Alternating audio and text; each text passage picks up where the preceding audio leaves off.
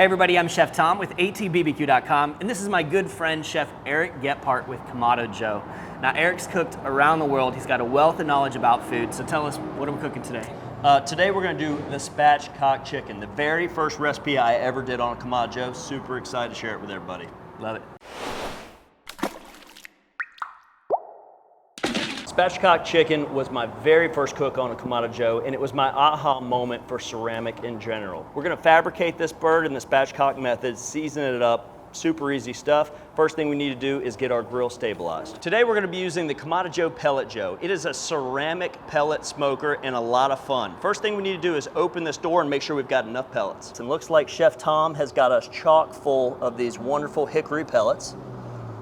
Once we've shut this, we can either go to digital or we can manually set our thermostat. So I'm going to go at the highest temperature setting for smoking for the Spatchcock chicken. While the pellet joe's coming to temperature, let's go ahead and spatchcock this chicken. So what we're going to do is cut out this backbone region right here. Now you can use a pair of kitchen shears if you like. I'm more comfortable with a knife, so I'm going to stand the bird up away from me. Place the knife inside the neck cavity, and we're going to draw a straight line all the way down to where the tail will be, slicing the bird in half.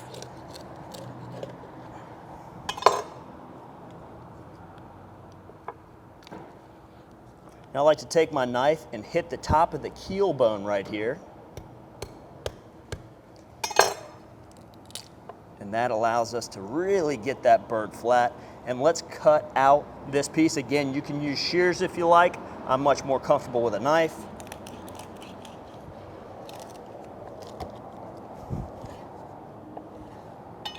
This is great for stocks. We can hold on to that.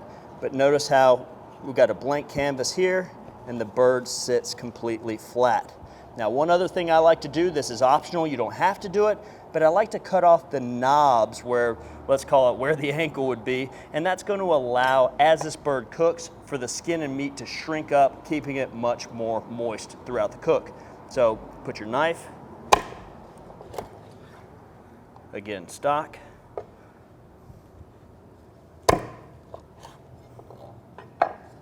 Beautiful. So now that we've got our bird cut flat, spatchcocked, I like to use my fingers and create a pocket in between the skin and the meat on the breast area here. And not ripping the skin away, but look, notice how we can stuff some things in there. And what a great opportunity to put some fresh thyme and a little bit of butter. I'll take this butter pad and just cut it into 4 squares. And just kind of sneak them right down in there. And imagine as this bird is roasting, that butter's going to begin to melt and it's going to baste the breast meat underneath the skin.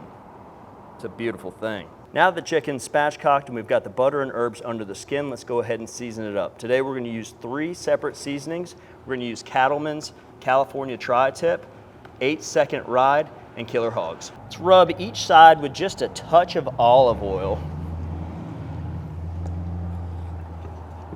and season it up. Remember, the first one we're going to do is that California Tri-Tip. I really enjoy this seasoning for the salt content. It brings more to the table, but I really want it for the salt. That's going to start the osmosis process. It's going to begin to wick moisture out and allow our second seasoning to stick even better.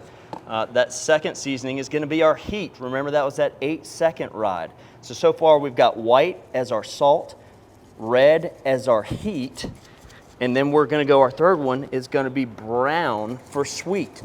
So using these 3 seasonings in conjunction with everybody in the white, red, brown method is going to bring an amazing flavor profile to this chicken that we otherwise would not be able to get.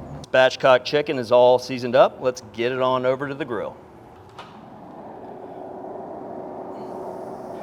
Part of the beauty of spatchcock chicken is that rib cage underneath the breast meat is really going to protect it from the heat, but the Pellet Joe has a great deflector shield here that does a great job as well. So we're going to close this dome. We're sitting at that 325. Check back in 25 minutes.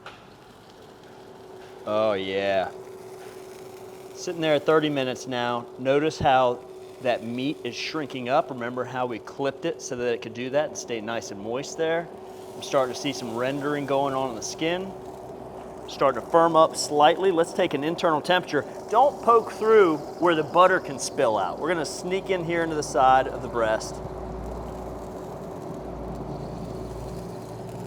And at 30 minutes, we're sitting at roughly 120 degrees.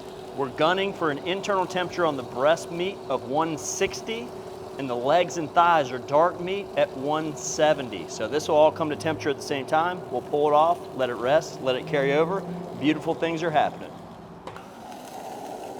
In 35 more minutes, we are looking stunning. I can even see the herbs poking through a little bit here. Let's take an internal temperature. I can tell you right now, this baby's ready to come off, but let's check it out. 174, that's perfecto.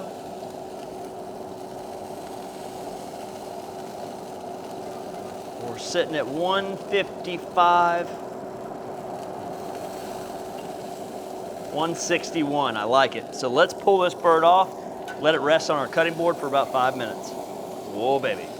Chicken's been resting for 5 minutes. I'm loving the crispiness of the skin. Everything's tacked up nicely, absolutely beautiful. So let's begin breaking this down.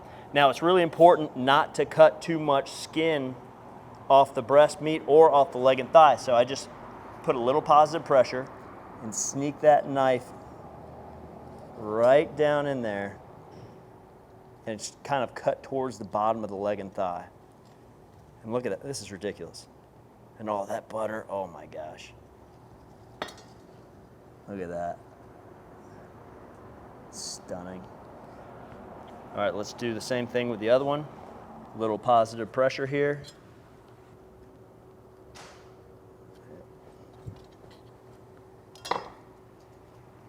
That's just gonna come right off.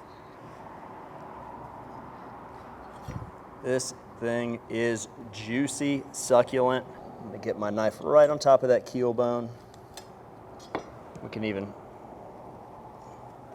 come to the bottom of this and then peel off some of that bone structure. It's still a little warm for me.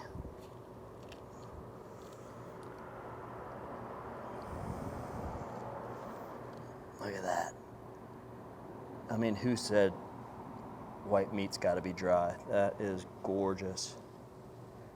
It's the thing about these ceramic grills, you're getting that 360 heat from that heavy, thick ceramic dome. Remember, you gotta cook chicken to 165, right? But it doesn't have to be on the grill the whole time. If you take it to 165 on your grill, it's gonna carry over and overcook. So by pulling it at that 150, 160, we've really turned out a great bird here. So Tom, you gotta check this out. Herbs, butter, crispy skin. Coming in hot. Chef, that's about an hour and 15 minutes on the Pellet Joe. Stunning. There's that 8-second ride. It doesn't get any juicier than that. That's Our ridiculous. 155 range is perfect. With the carryover cooking, you were kind of talking about that earlier, but man, you, like you said, you take that any further, you start to dry it out, but that's ideal. Yeah, and the legs and thighs up to that 170 gets rid of all the redness in the joints.